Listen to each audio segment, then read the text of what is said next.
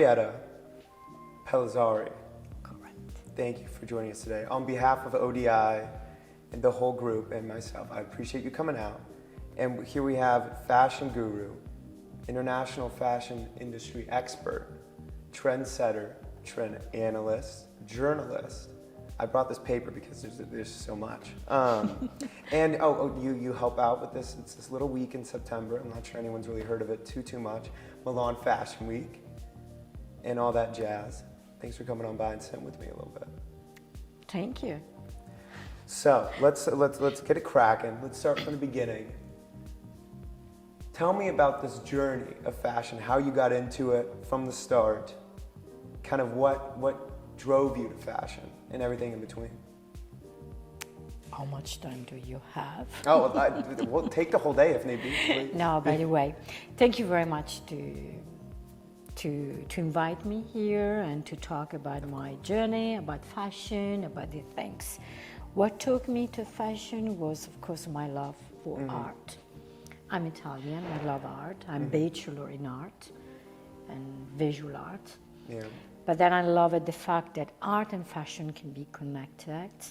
And I also love international people. I'm a global person. I love different cultures. Yeah. So what took me into the fashion field was my curiosity to understand why people have different way to wear, to express themselves in a more aesthetic way.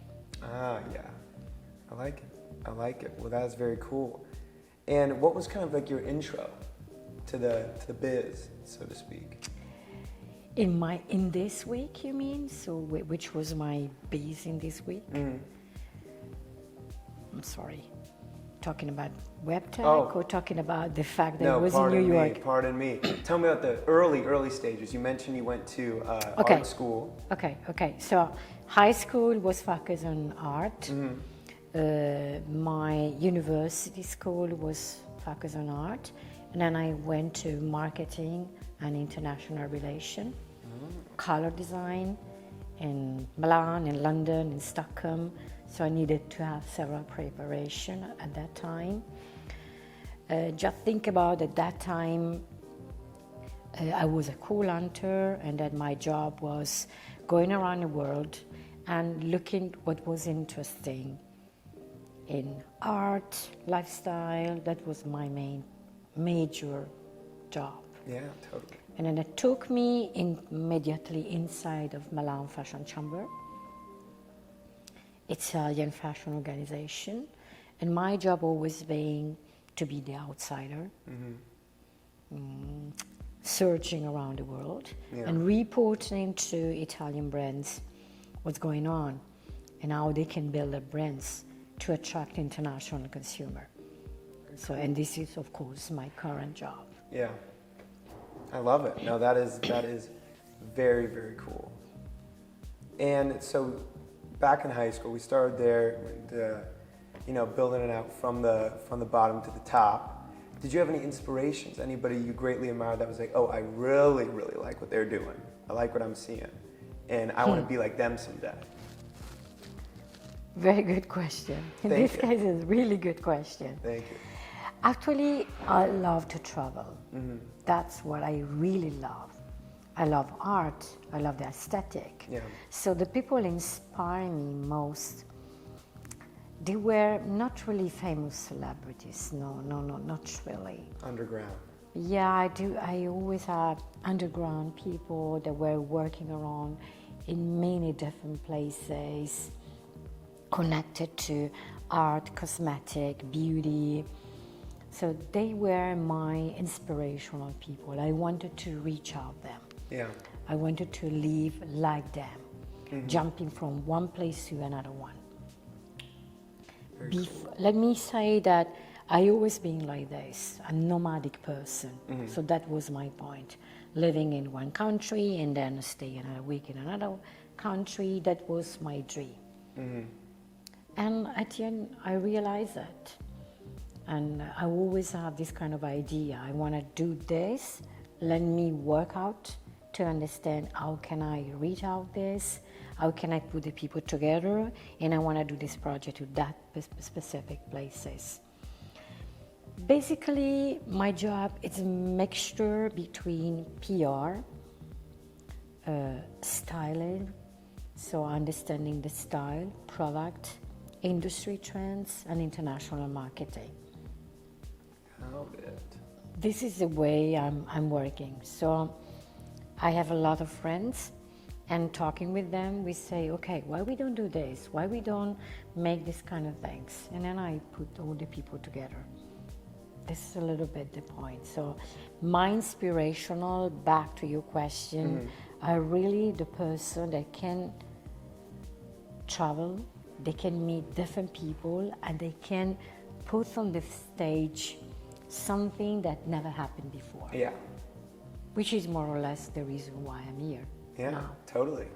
No, that's very cool. That's very cool. I consider myself a nomadic person, but it stems more from anxiety of being in one place for far too long, so I gotta be moving and shaking all the goddamn time. And through all these travels, too, you know, you work in the full sphere of the industry, right, the whole business.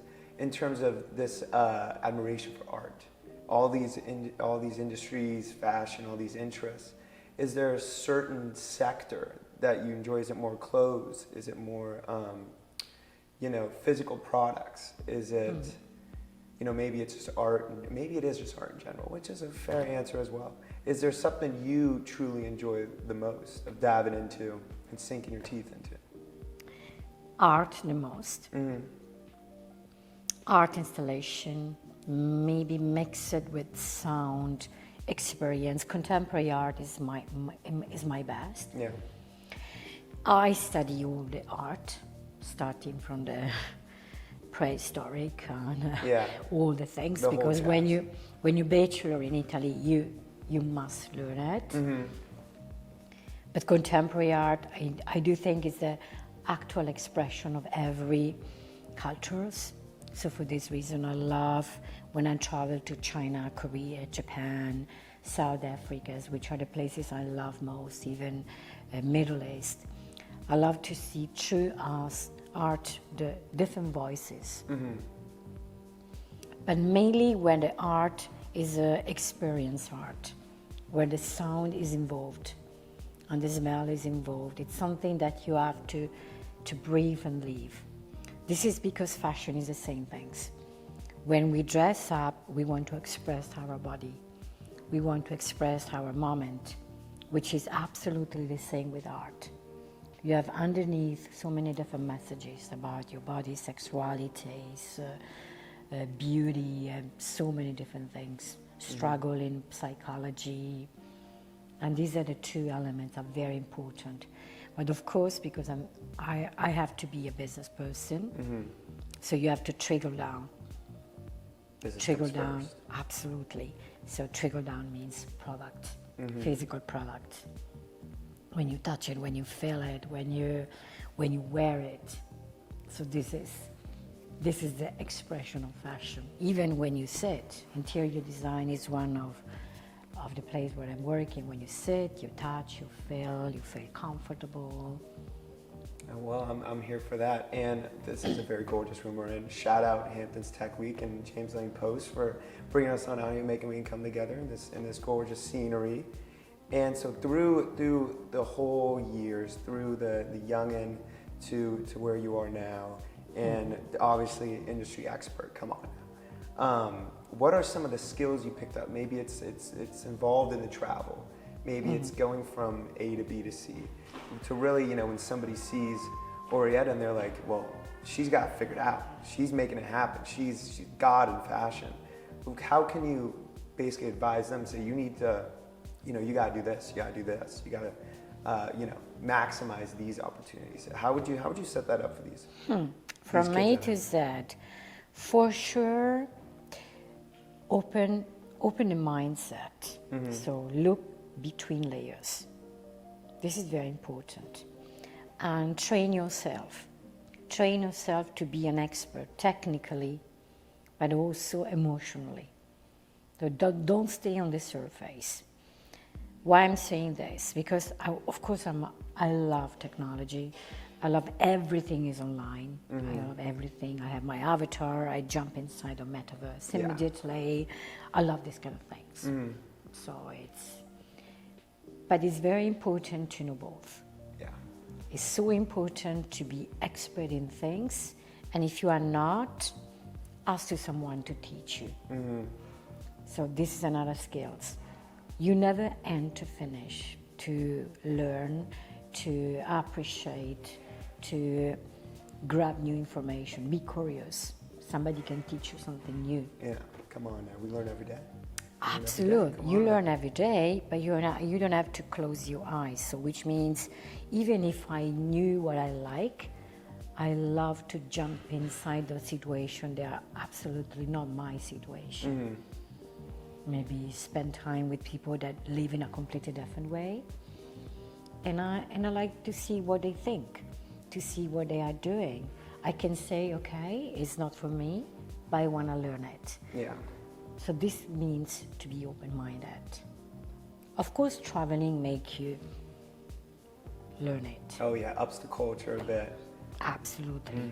Even if someone can travel in a box, because we also have people that travel in a box. So this means they travel all around the world, they come back and they haven't seen anything. Yeah. That's another point. You need to be adventurous. Don't ask somebody to organize something. You should organize. Yeah. This means you make learning, you jump into things. But of course, from A to Z, look in between layers, be open-minded, embrace things that you've never seen before, and be expert technically in what you are telling. That's super important. How can you ask somebody to do something if you don't do the process? If you never try it? Very true. That's important. For this reason, in fashion, it's super important. It's the struggling point when you have somebody that is talking on the surface, but I understand why. Because they never had the experience to see it, to put their fingers on. Yeah. So for these people coming up and everything, you know, it's easy to tell people who haven't, you know, pulled open the blinds and taken a look. You got to get out there. You got to get different tastes in your mouth. Kind of take a little bit from here, a little bit from here. That makes a lot of sense to really narrow it down a lot. And you mentioned tech, which of course is why we're here. How have you seen art and fashion sort of adapt into this new industry of Web3, metaverse, everything in between? Let me say the art was and is the first one to embrace NFT. And I do think NFT is a good way.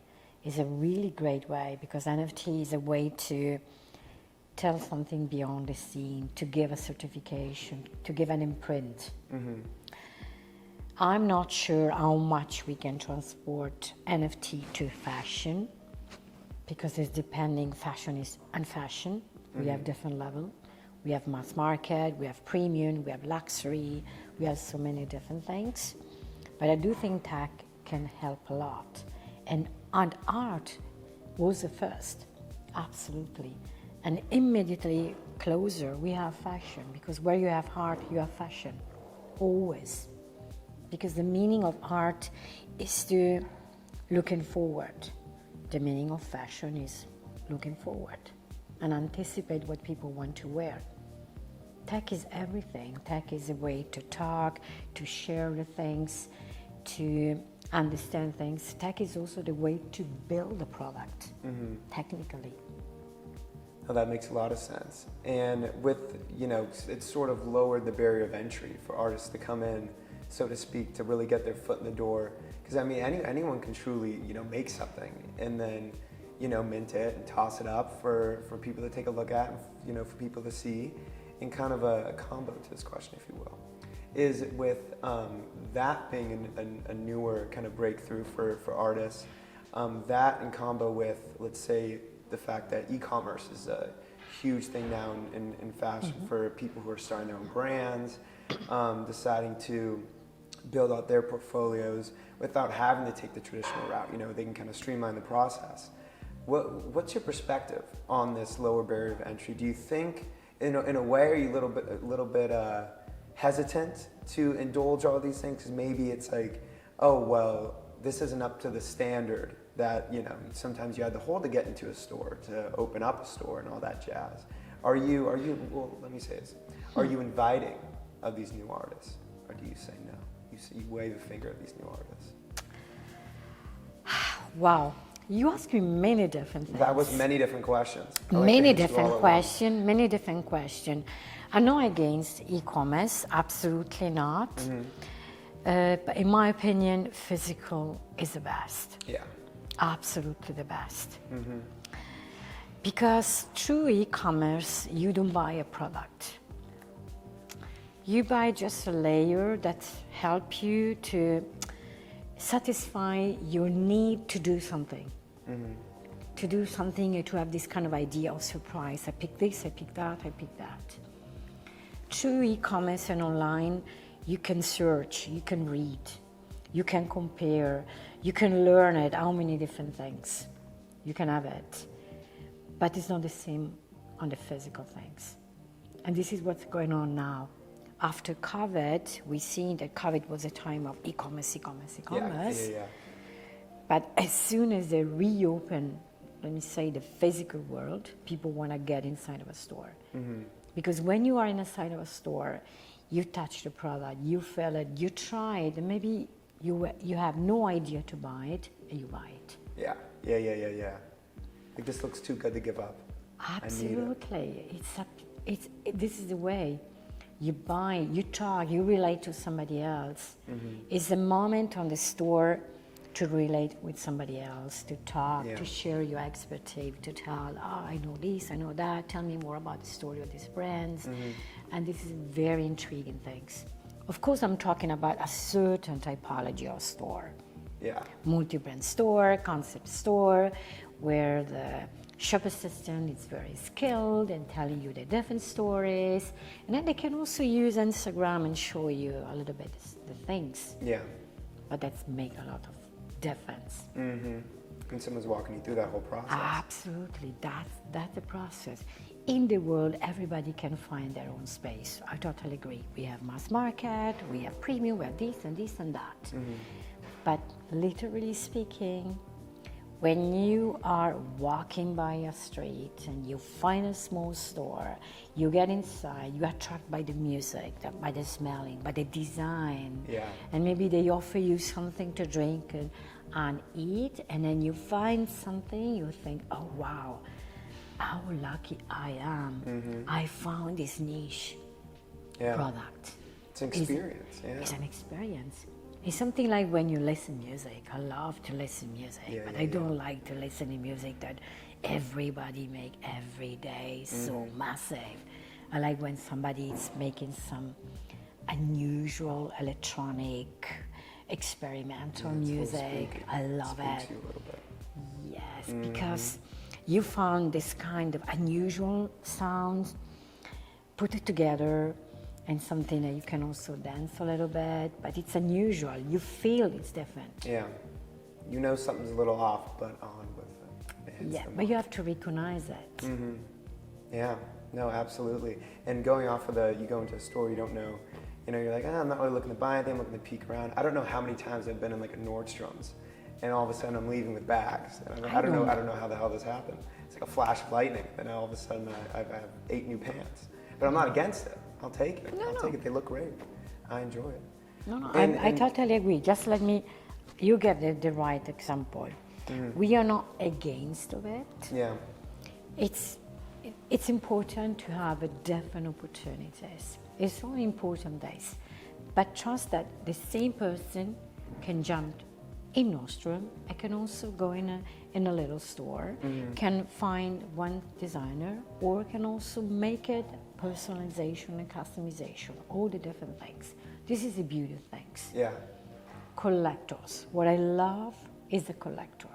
Collector is a collector of sneakers, a collector of music, a collector of pieces, vintage, what else? Yeah. That's the point.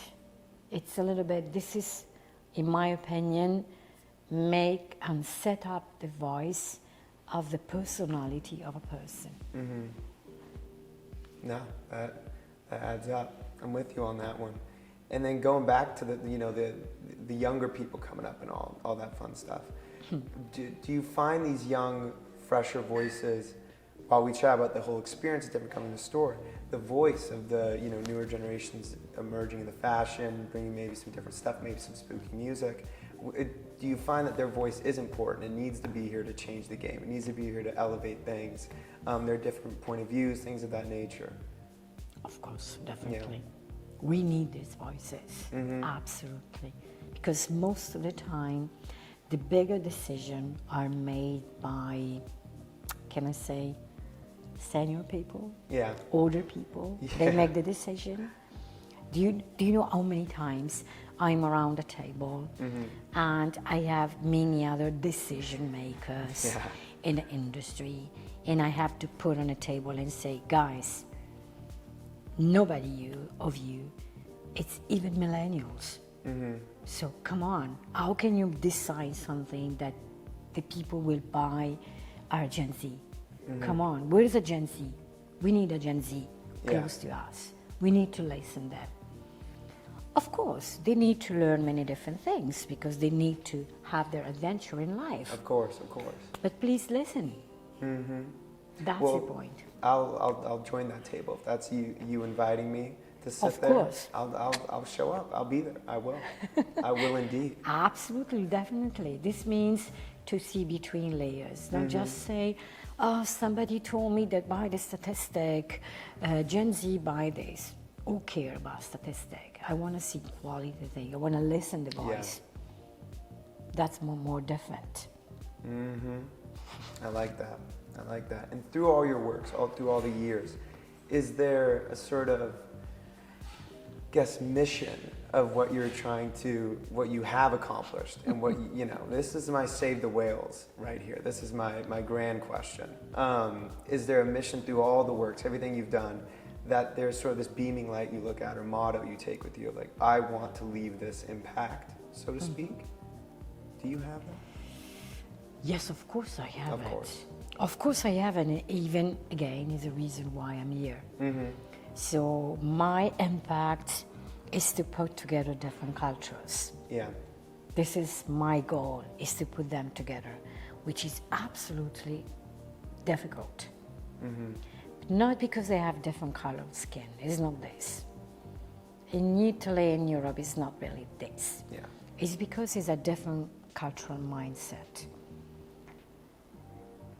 And I'm doing this, and I'm dealing in it. And if you ask me if I have some example, there is no one person that can express this, but there are several persons, they are following some part. So the impact now for me and my mission is really put together the different voices and make them talking, because sometimes it's not enough. Because you don't know what's happened. They meet together, they talk, and then at the end they tell me, I really don't understand why I have to meet this person. Come on, open your eyes. On now. But this can happen.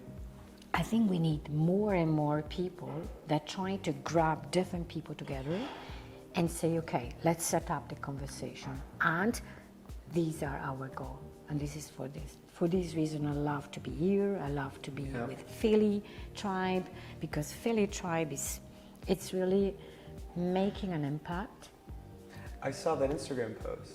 Please continue. Did you see But it? I did just see that last night. Did you see that? Yeah, I did. Claps all around. But yes, please continue. Please tell me more about Philly. It was like this. That the point is this. I'm trying my best to bring them to another audience. The audience of fashion people. In Europe. In Milan. Very tricky. It's a very difficult thing, but we can lead it. Why is it, what makes it tricky? What makes it difficult to kind of adapt an organization to going to different places and everything? I mean, there, of course, is, some obvious No, it's reasons, not difficult to adapt, but it's difficult to explain in a few words what's going on. Yeah, true. Yeah. That's the point. But Milan is the best place because Milan was the first one to start connecting to United States, thinking about Black Lives Matter, refugees programs, women's programs, diversity and minority. Even in this case, not so many people understood, but Milan Fashion Week decided to go through since 2011 now, that they are going through. They are going through and they are trying to do their best. Because, as I told you, fashion is also business.